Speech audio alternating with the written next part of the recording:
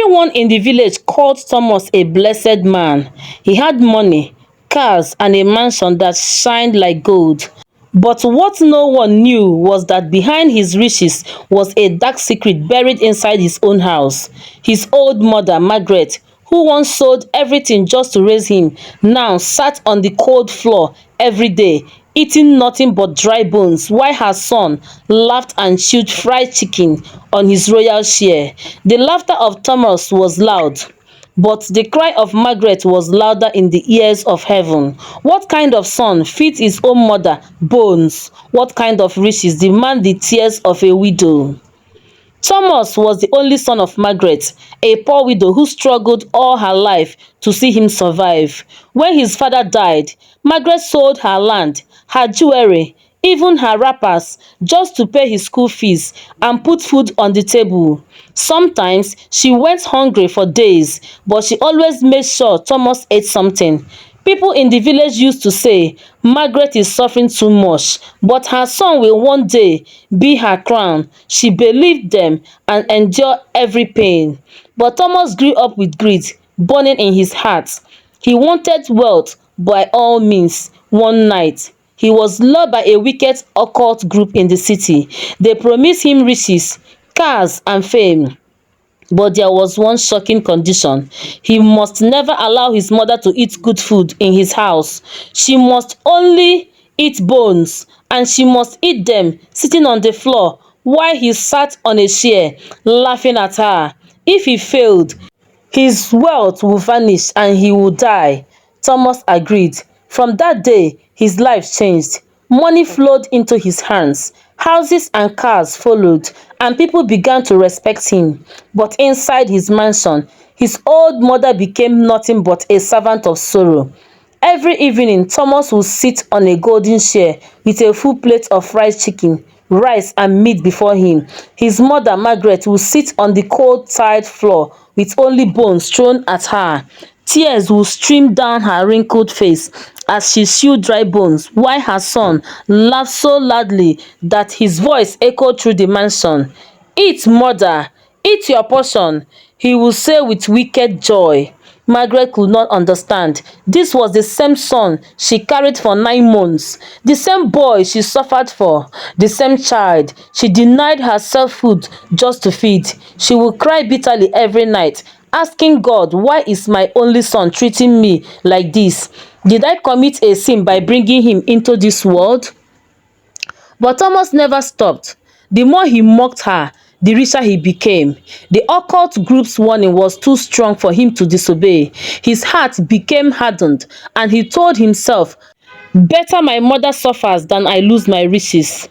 Yet little did Thomas know that fate was preparing the day of his downfall, the day when one forgotten piece of meat would reveal the secret he had hidden in his heart.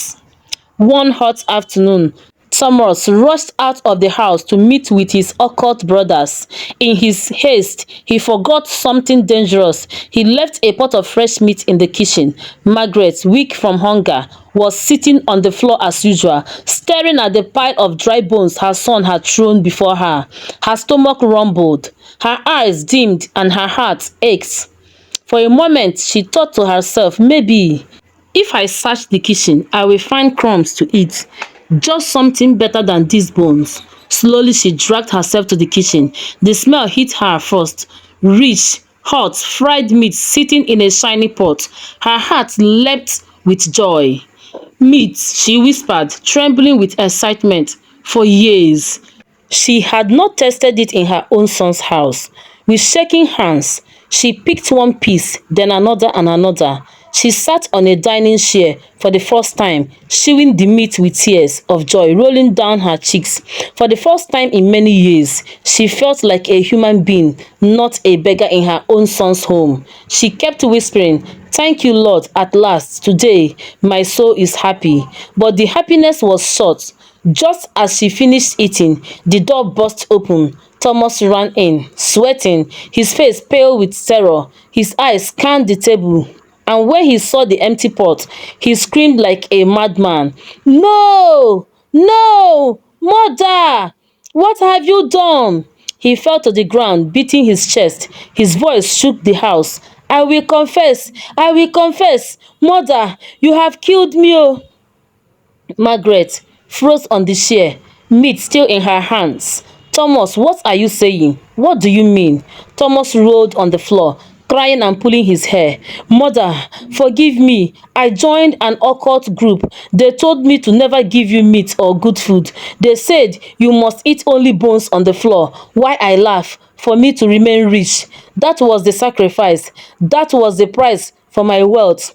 And now you have eaten the meat behind me. You have broken the covenant. Mother, you have killed me. Margaret's hands trembled. She dropped the meat, her face white with shock. Oh my God. So all this time, my son, my only child, you were feeding me bones because of money? You sold your own mother's happiness for riches. Her voice cracked as tears filled her eyes. Thomas crawled to her, clutching her legs. Please forgive me, mother. Forgive me. Before I die, I never wanted to hurt you, but greed blinded me. Please, mother, don't let me die with your curse.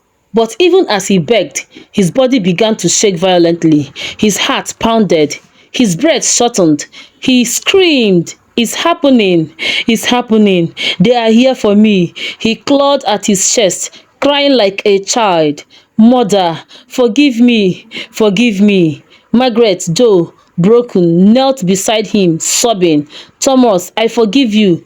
I forgive you, my son. May God have mercy on you. But it was too late. With one final scream, Thomas clutched his chest, coughed out blood, and collapsed lifeless at her feet. Margaret let out a heart-tearing cry that echoed through the mansion. She had lost her only son, the boy she suffered for, the child she once called her crown. The mansion that once echoed with Thomas' wicked laughter now turned into a house of silence and sorrow. After his burial, people whispered about the strange way he died, but only his mother, Margaret, knew the full truth. Though her heart was shattered, she remembered his last words and the forgiveness she gave him. With time, she took over all his wealth and properties.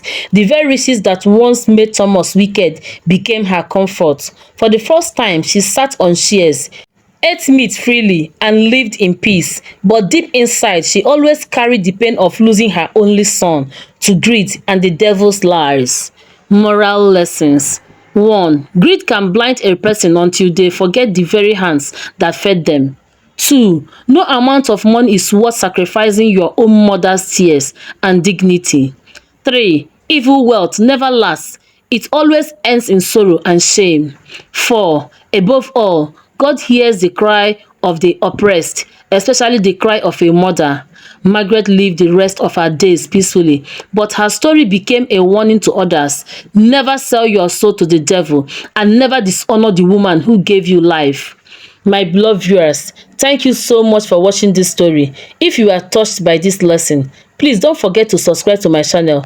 Click the subscribe button and the notification bell so you never miss any of my dramatic and life-changing stories. Your support keeps this channel alive. Stay with us because more powerful, shocking, and emotional stories are coming your way. God bless you for always watching, liking, commenting, and sharing. Please stick with this channel. We are one family.